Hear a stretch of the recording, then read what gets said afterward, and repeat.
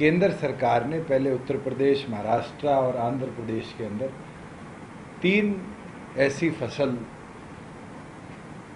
टमाटर की, प्याज की और आलू की, जिसको उनने नाम दिया टीओपी स्कीम, उसको चलाया था।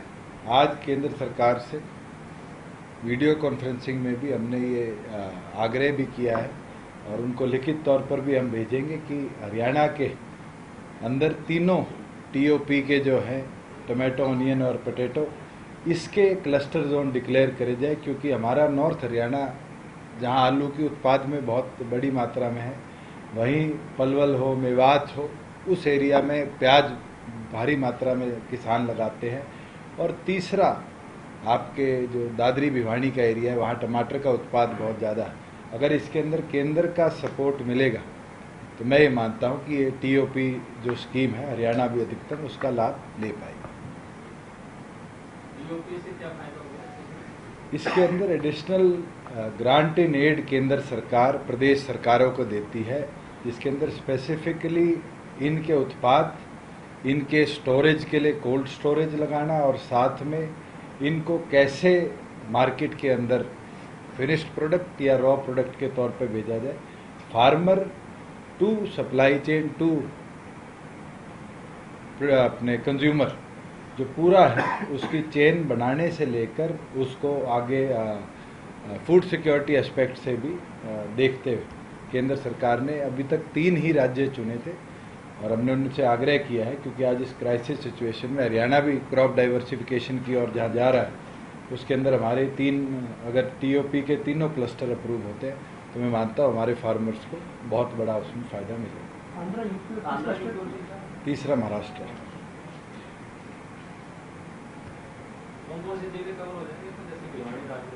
भिवानी दादरी में तो जो मेरी नॉलेज है उसमें टमाटर का उत्पाद है, क्योंकि पिछले 10-12 सालों से तो हम भी वहाँ केचप फैक्ट्री लगाने की सुन रहे थे। उसी तरीके से मेवात के अंदर प्याज का उत्पाद बहुत है, और आपका कुरुक्षेत्र हो, अम्बाड़ा हो, यमुनानगर हो, कैथल हो, इन 4 जिलों के अंदर तो आलू की खेती बहुत बड़ी मात्रा में होती है।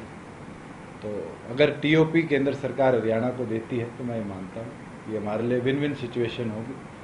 फूड सिक्योरिटी एस्पेक्ट से केंद्र के लिए ये तीनों चीज़ें, क्योंकि इनके प्राइस बहुत वेरिएट करते हैं समय समय पर, और अगर कोल्ड स्टोरेज आती है, प्रोसेस चेन आती है, तो हरियाणा को भी उसका लाभ मिले।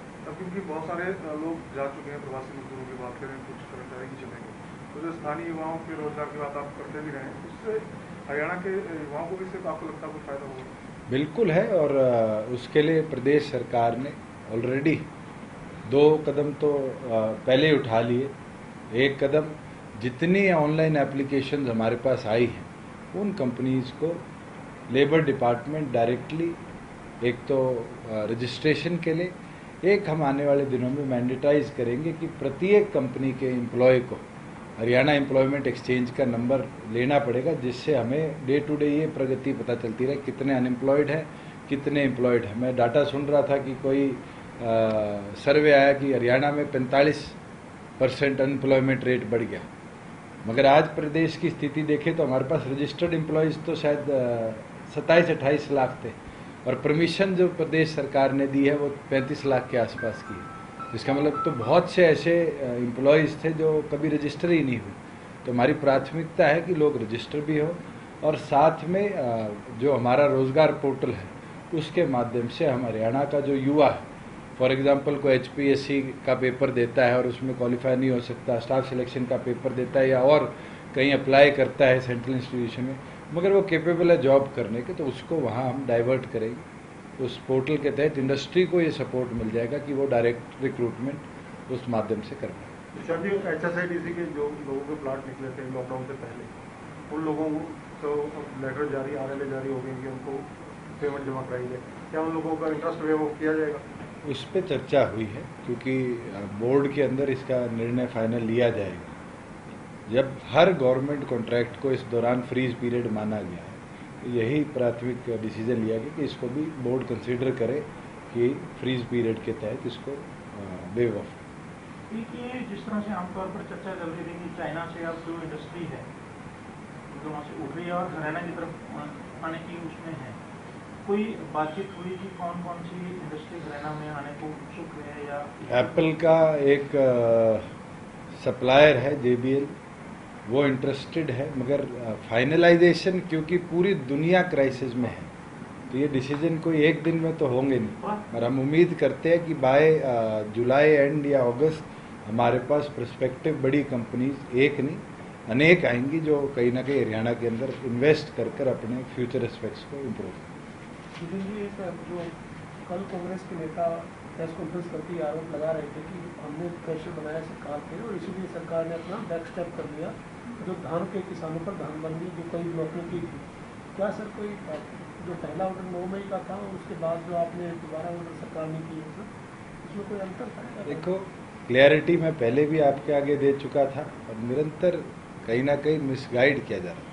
इंटेलेक्चुअल प्रॉपर्टी पर कोई प्रतिबंध नहीं लग सकता। सरकार ने प्रेरित किया था, सरकार ने किसान से आग्रह किया था कि आप क्रॉप डाइवर्सिफिकेशन की ओर जाएं, मगर कई लोगों ने एक एजेंडा बना लिया था कि इस तरीके से इसको प्रोपोगेट किया जाए।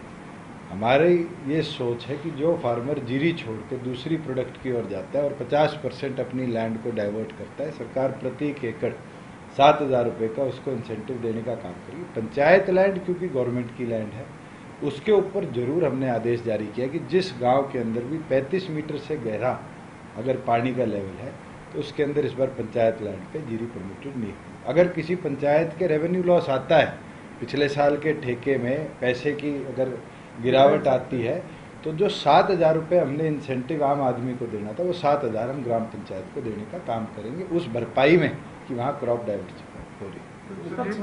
तो ये 9 मई के आदेश क्या हैं जो बार बार दिखाए जा रहे हैं?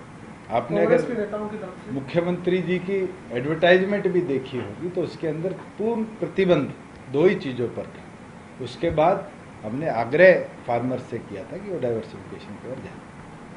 भूषण जी, कल जो गृह मंत्री हैं देश के, उन्होंने सभी राज्यों से बात की, मुख्यमंत्रियों से, क्योंकि 5वां चरण शुरू होगा या नहीं इसमें संशय है। तो हरियाणा का क्या पक्ष है सर? क्या आपने आग्रह किया केंद्र से और क्या आप चाहते हैं कि आगे क्या होना चाहिए? देखिए, जहाँ केंद्र के एक्शंस की बात है, धीरे धीरे सामान्य तौर पर जिंदगी आने लगी है, जहाज भी उड़ने लग गए, ट्रेनें भी चलने लगी, मगर लिमिटेशन इस कोरोना की लड़ाई के अंदर प्रत्येक प्रदेश के आगे है। और जिस तरह का आउटब्रेक दिल्ली में हुआ, 1000 केस एक दिन में आना, और समान जो हमारा बॉर्डर है सीमांत एरिया के अंदर, उस एरिया में भी अब आपने देखा गुड़गांव में किस तरीके से कल केस बढ़े, तो एक रिस्क फैक्टर तो बढ़ रहा है।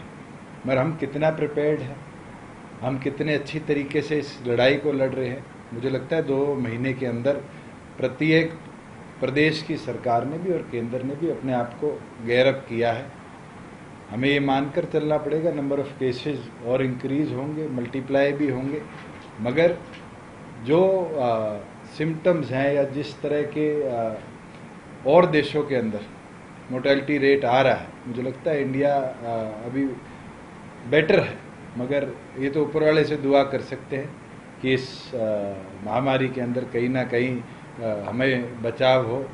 और एक चीज़ जरूर आपके साथ साझी करूँगा, क्योंकि एक एडवाइजरी केंद्र सरकार की आई है कि अब मॉनसून सीज़न के अंदर मच्छर के जो रिलेटेड डिजीज़ेज़ हैं इसके अंदर कहीं ना कहीं इजाफा होगा, तो उसके लिए प्रदेश सरकार गेयर्ड अप रहे। मैंने कल पंचायत सेक्रेटरी को भी बुलाया था, PSDP को, और उनसे ये लिस्ट मांगी है कि कितनी ग्राम पंचायतें ऐसी हैं जिनके पास खुद की फॉगिंग मशीन्स हैं जो रेगुलरली अपने गांव के अंदर कराती है, कितनी ग्राम पंचायतें ऐसी हैं जिनके पास खुद के सोर्स ऑफ फंड्स हैं।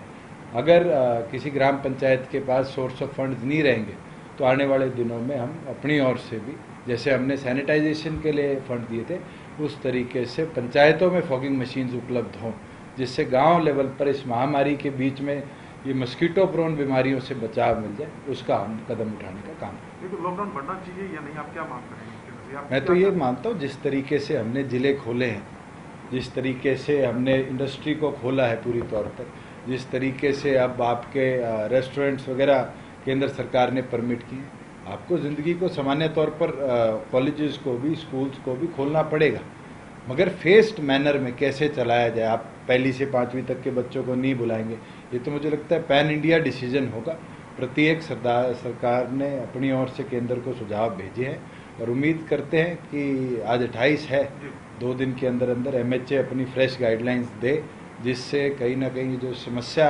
इंटर बॉर्डर मूवमेंट की आ रही है, अभी भी लोग बहुत से विदेशों में फंसे हुए हैं, जो प्रदेश सरकारों से रिक्वेस्ट करें उनको लाने की है। कहीं ना कहीं जब तक इंटरनेशनल ट्रांसपोर्ट सामान्य तौर पर नहीं खुलेगा, बहुत से ऐसे लोग हैं जो दूसरे देशों में स्टूडेंट्स हैं और हैं फंसे हुए हैं, वो वापस नहीं आ पाएंगे।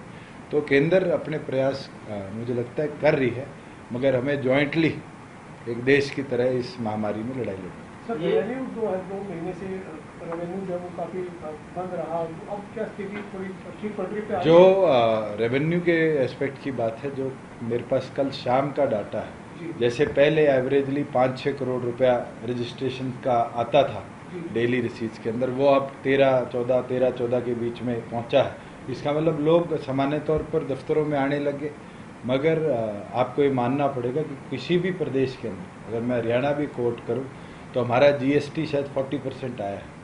उसके अंदर भी एक IOCL का जो क्योंकि क्वार्टरली इनपुट आता था वो बहुत बड़ा चंक है।